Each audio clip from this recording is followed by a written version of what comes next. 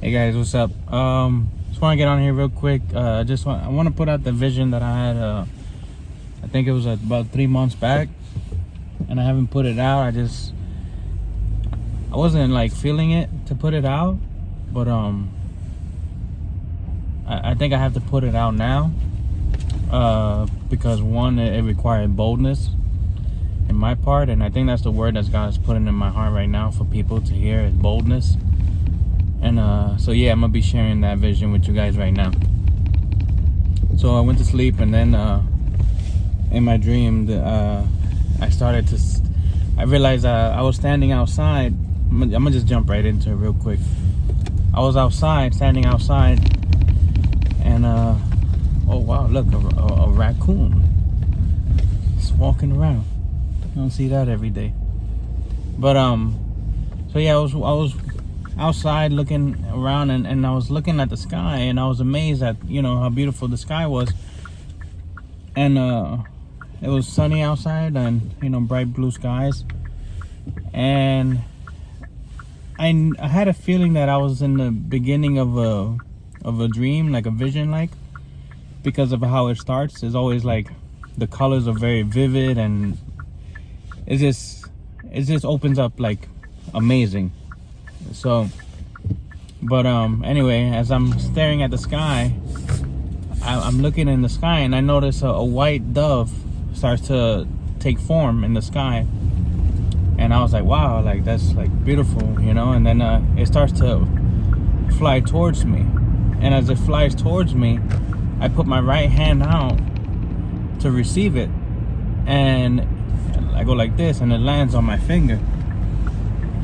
And I'm staring at it, looking at it, like at the detail, it's all white, and looking at his feet and his mouth and his eyes, and it's just I'm amazed at how the bird just came straight to me and landed on my hand. And all of a sudden I look to the left. My attention goes to the left, and I notice that it's like a cloud or a mist starts to form, and I see people in the distance. More like the silhouettes of people, and they're like, there's like a group, there's like one in front of the other, and then behind them there's more people. And so I started to notice that right away, and through the people behind them there seems to be like this area with like pillars and stuff like that. I couldn't really get an idea what it was, so I let the bird go, and I started to walk towards this group of people where this opening was behind them. And I go inside. I walk through the cloud or the mist or whatever that was there. And it was like foggy around, but in the middle of it, I could see right through it. It was like an area, like a room, like an indoor. So I walked through, and when I walked through, I noticed myself inside of a church. And I'm inside the church, and I'm looking around. There's people around, and I go and I make my way towards the seats, and I sit down, like in about the fifth or sixth row back. I wasn't that close to the front, but I wasn't too far to the back. I was like towards the middle, like a little bit to the back. And I'm sitting there, and I'm on the edge of like where the aisle is, and I'm looking in the front, and there's a man with his back towards the people, and he has long hair. And I had this feeling like, man, like, could that be Jesus? But I couldn't really tell. I couldn't really see his face. He wasn't turning around. He was just standing up there. And I was like, man, could that be Jesus? And then next thing you know, there's this woman that's walking up the aisle towards me. And then she looks at me, but the thing about it is, what I realized is that it was actually a man dressed up as a woman, because she would have like women clothes, but in the face it was like manly features, and also like a manly groom, like very light beard. And yeah, so I found that really odd. I was like, man, that's so out of place. Like, it's strange, and she seemed to have a smile, and like no care in the world, everything is fine. And I was like, okay. And it's a little odd, I'm starting to have like red flags, And then that was the first red flag for me. And then it just seemed a little off. And the next thing you know, I take a glimpse. My attention goes back to the guy in the front that looks like Jesus because of the hair. And he turns his head to the side slightly. And then I get to see his from the side, and it was like completely shaved and completely like no hair on his face or nothing like that. And then it was strange. I was like, man, that doesn't look like Jesus. Not that I've ever seen Jesus or anything like that, but I had the feeling that wasn't Jesus, that was not Jesus. It was somebody pretending to be Jesus or something like that. That's what I was just getting. And then next thing you know, I see people start getting up and they start moving, like gravitating to another room. To the right side of me, there's like a room in the back.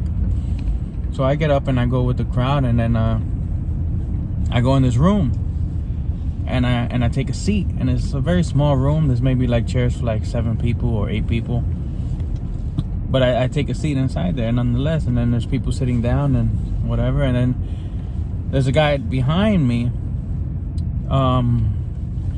that my attention keeps going to, and he seems to have like very like expensive clothes and very expensive shoes, like custom made shoes with like crosses all over them. They were like brown and leather, and he seems to be like very like I don't know, like fancy, expensive, very material kind of person. I don't know, but it just seemed a little odd because he was giving me a very unsettling feeling, like he was looking at me, like watching me, but at the same time I remember turning back and leaning back towards him and letting him know that I see him, that don't think that I don't see, that I don't notice you, I notice you, like in a way of telling him like I know what you're up to, like don't think I'm a fool kind of thing. And it was just crazy. And that's the next thing. And then right after that whole session that occurred, all of a sudden people start pulling out a deck of cards and playing card games in the house of God kind of thing, you know what I mean? I'm like, man, nothing about this whole vision encounter, it seems right. Like everything seems out of place and seems like more laid back, and it just nothing felt right. And then I wake up, from that dream, or whatnot. So yeah, I just wanted to share that. It almost and it kind of gave me the impression that people were taking things like a joke, like they wasn't taking God seriously enough, and they were playing games in the church, and people pretending to be God, and not really like submitting to the word, and they kind of got lost in material stuff, and people not accepting the word of God as truth, as like not believing every word in the Bible, just certain parts of it, or just picking the scriptures that best suits them for their needs and their desires and stuff. But anyway, I just wanted to share that, and I got nothing against what people decide to do and all that, and how they live their life. It just, the thing is that God, Jesus, He loves everybody. Don't get it twisted. He loves everybody. But what He doesn't love is sin. And if you practice sin, then He can't be with that. He can't be around that. He can't be affiliated with that, and He can't work with you with that. So that's why we need Jesus. We need to accept Christ in our life, and admit that we're a sinner, that we need a Savior, and we ask for forgiveness, and You know, there's none good in this world, not even me.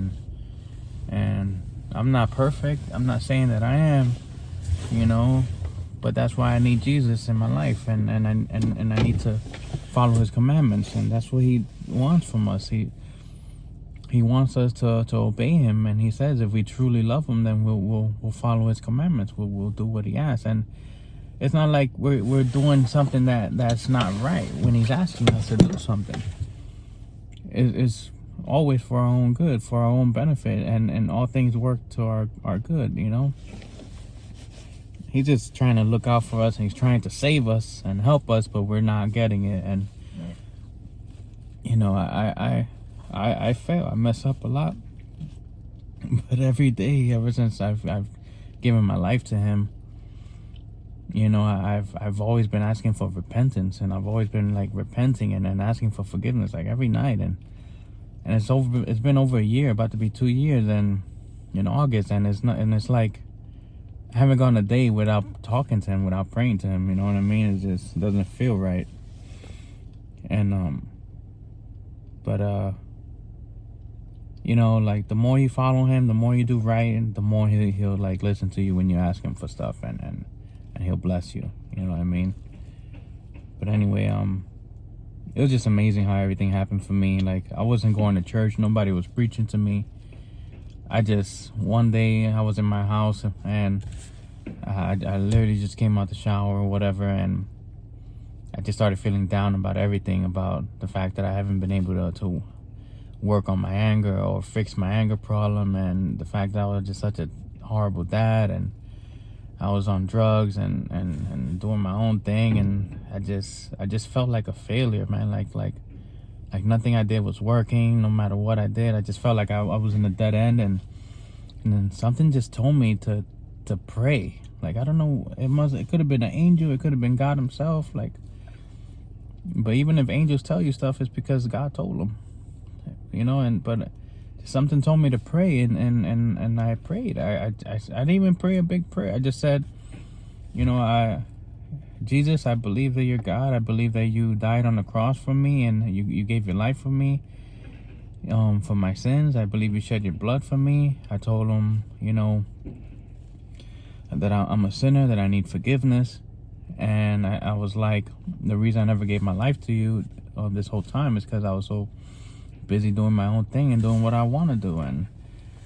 But I told him, it's just funny when I look back at it. I told him, but it's not like I'm hanging out with my friends anyway, because we're in the middle of a pandemic. So I'm going to give you a chance, and I'm going to let you into my life. And that was it. That's how it happened. That's how I first began. And ever since that moment, that decision that I've made, it's been different. I can't explain to you. It's just nothing has been the same since then. Like, so much has happened. He's done so much. He's shown me things that in my 34 years of living, I've never seen the things that he's shown me ever in my life until I gave my life to him, and then he revealed things to me. Like, you can just go back in my videos and look down the list of the things that I talk about it. And all this happened after I gave my life to him. You know, the things that I've seen, the vividness of the visions and the dreams is just, and everything that I've seen. I try to go to people. I thought I was losing my mind in the beginning because I didn't understand what was happening to me. You know, none of the people around me could explain to me what was going on. And then when I started looking into the Bible and reading and seeing the things, it all made sense. Like, everything he showed me is in the Bible, and that's how come I came to believe and have faith in the word of the Bible. And that's why I believe in the Bible. Like for example, like when I seen the angel appear to me in one of my older visions, like my earlier visions, called the angelic encounter. That's when the angel first came to me, and I saw him, and he you know, we did some things I describe in the video if you want to go check that out. But when he came from the sky riding on a cloud. Like, I've seen what it's like for an angel coming down from the sky on a cloud. Like, I know what that looks like, you know. And then he appeared to me, and I never knew about that. And then when I read the Bible, and it's in like Revelation, and it's all around the Bible, it talks about when Jesus comes back, they're gonna come back on a cloud and riding on a cloud and stuff like that. So things like that, like, verified what I've seen. And I even had dreams where he talks to me, and he mentioned something about the first will be last and the last will be first. I had no clue what that was, and then I decided to look in the Bible to see if it's there, and yep, it's there. It's in Matthew 20, literally the last couple of verses. The first will be last, the last will be first. It's just things like that would happen continuously over and over and over. Like I would see things, dream things, and then the Bible will verify what I saw, strengthening my walk and my faith with God, which was necessary at the time that I was in. And he knew what was needed for me to continue walking towards him, so that I don't fall too far to the left and too far to the right.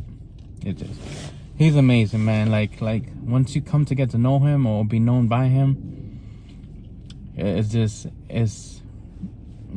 crazy. It's like you have God on your side. You know what I mean? And it's like the world could do whatever they want, but knowing that you have God on your side, he could do anything for you. You know what I mean? And it's just crazy. But anyway, I just want to say all that and share that with you. I love you guys, and I love Jesus Christ, and God bless you guys, and may God bless me. And I'll see you in the next one if I get anything. And until then, you know, I pray that your guys' faith don't fail you. That's all. Take care. Bye.